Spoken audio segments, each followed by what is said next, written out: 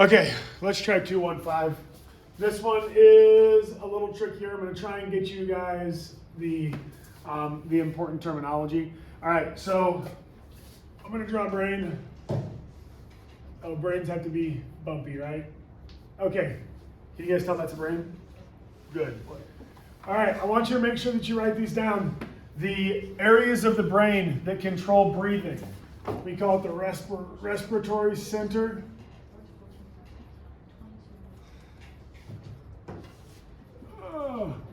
And the areas are the medulla oblongata and the pons. Store those words somewhere in your brain. If you write them down in a short answer, some scorer or someone will go, ooh, look, check. They remember medulla oblongata and pons. Okay, now, what these things do. There are different receptors that send information to the medulla oblongata and the pons. And the really important ones are called Chemo receptors. All right? They are taking chemical information. All right? And the big one that we want to be able to remember is that they measure acidity of blood.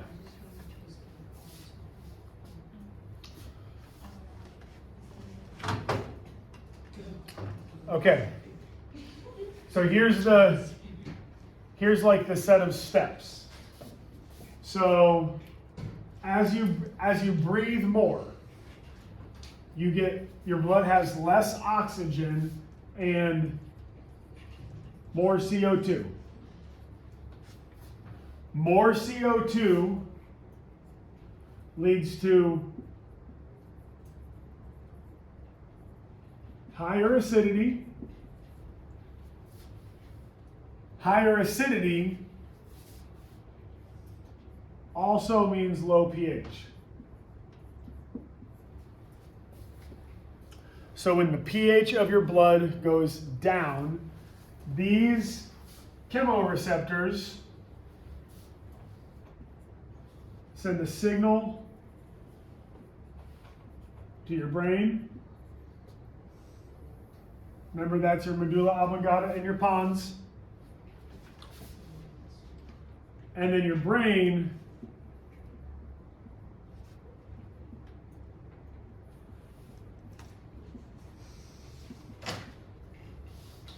increases respiration.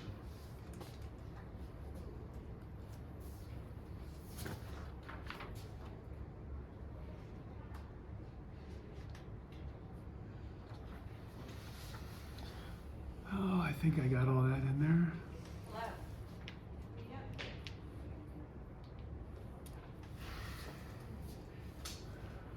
Okay. I want to add this also.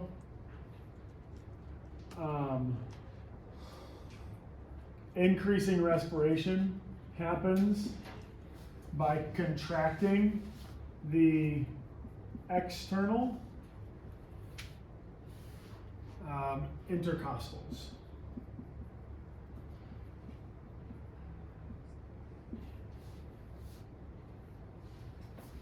All right, so that is how your brain knows to start breathing faster. Contract the external intercostals. And also, when you use the intercostals, it makes you breathe deeper, right? Than if you just are doing your regular breath. Oh, it makes me so happy, Derek, that you actually just breathe in to feel it. You should be, right? That you have a body. Did you just take a selfie? All right, there's two other types of receptors. So there are stretch receptors, and there are also proprioceptors. All right, they do two things. They can tell when the lungs stretch, And proprioceptors can tell when the intercostals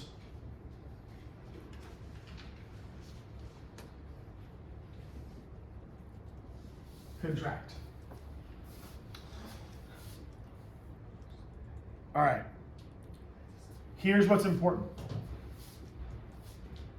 When these receptors and these receptors notice, and they're like, oh, hey, the lungs are stretching. Oh, man, the external intercostals are also contracting. Here's what message they send.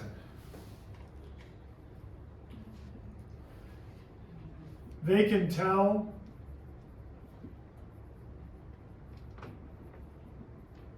that breathing increased. Right, so they know, like, these two receptors are going to send a message to the brain that's like, yo, brain, we think that the rate of, like, the breathing rate is increased. So the brain needs to send a message back. And so the message that the brain sends is to contract the internal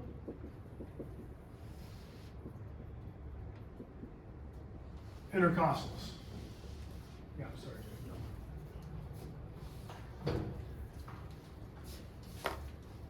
So what it does, guys, is it creates like this loop, all right, where these receptors, the chemoreceptors, they're like, oh man, we need more oxygen in the blood. There's not enough oxygen. And so then your brain goes, okay, cool. Let's expand the chest to get more oxygen. But then these ones are like, whoa, the chest just expanded. And then the brain's like, okay, cool. We'll contract the other things to compress the chest and breathe out. So you'll notice when if you guys are running or if you're playing a sport, not only do you breathe in really deep, you also breathe out hard, right? Like you hear that sound when people are running. Well, you've got receptors and muscles that are causing you to breathe in, and then another set of receptors and muscles that are acting to cause you to breathe out hard, okay? They have to happen at the same time. They can't just happen one or the other. All right, cool with that? I guess. I'm gonna stop the video. I'll post all of these, and then I'll also